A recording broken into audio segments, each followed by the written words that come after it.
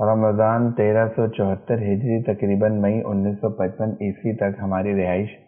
Buns road کے قریب کیمبل street کے ایک فلیٹ میں تھی۔ اس فلیٹ میں ہم 5 سال مقیم رہے۔ یہ زمانہ بڑا بابرکت ثابت ہوا۔ اسی قیام کے دوران اس حج کی توفیق ہوئی جس کا ذکر میں پہلے کر چکا ہوں۔ یہیں پر بڑے بھائی حضرت مولانا مفتی محمد رفیع صاحب مدظلہم نے حفظ قرآن کریم کی تکمیل کر کے پہلی محراب سنائی۔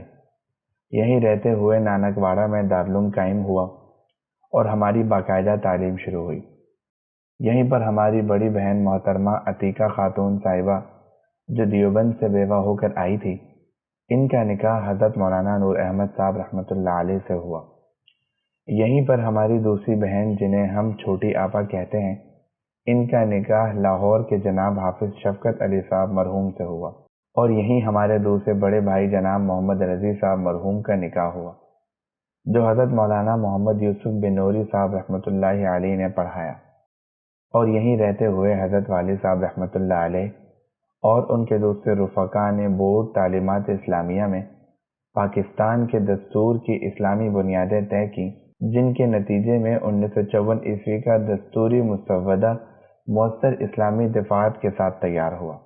اگرچہ بعد میں گورنر جنرل غلام محمد نے دستوریہ توڑ کر ملک کو پٹڑی سے اتار دیا اور یہ مسودہ طاق نسیان میں چلا گیا، لیکن یہ مکان بھی کرایہ کا تھا اور حضرت والد صاحب رحمۃ اللہ علیہ کی خواہش تھی کہ کراچی میں مکان اپنا ہو۔ حضرت والد صاحب خود سے سرہ ہندوستان سے ہجرت کے وقت اچھی خاصی جائیداد کے مالک تھے، جس میں وسیع گھر کے علاوہ کچھ آبائی زرعی زمینیں تھیں اور ایک باغ بھی تھا جو انہوں نے بڑے شوق سے لگایا تھا، اور جس سال آپ نے وہاں سے ہجرت فرمائی اس سال اس پر آم کا پہلا پھل آ رہا تھا۔ لیکن حضرت والد صاحب خود سے سرہ فرمایا کرتے تھے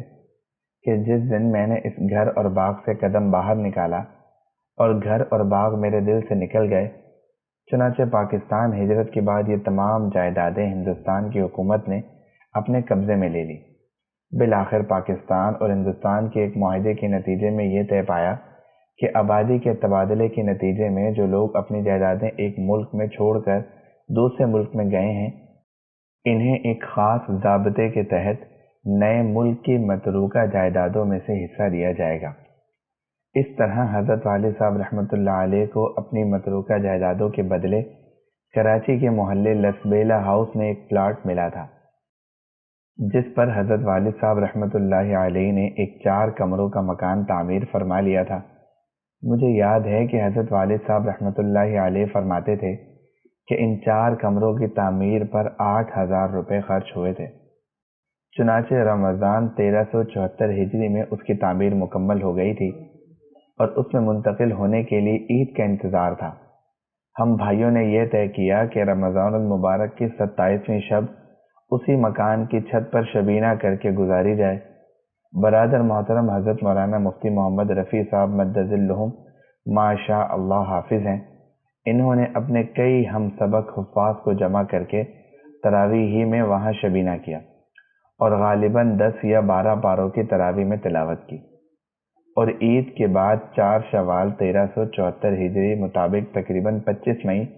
1955 عیسوی کو ہم اس گھر میں منتقل ہو گئے۔ بنس روڈ کے مکان سے تو ہم پیدل ہی مدرسے چلے جایا کرتے تھے، لیکن لسبیلا ہاؤس کا مکان مدرسے سے 3-3.5 میل کے فاصلے پر تھا، اس لیے وہاں ہم دونوں بھائی سائیکل پر جایا کرتے تھے۔ سائیکل حضرت مولانا مفتی محمد رفیع صاحب مدظلہم چلاتے اور میں ان کے پیچھے کیریئر پر یا اگلے ڈنڈے پر بیٹھ کر جایا کرتا تھا۔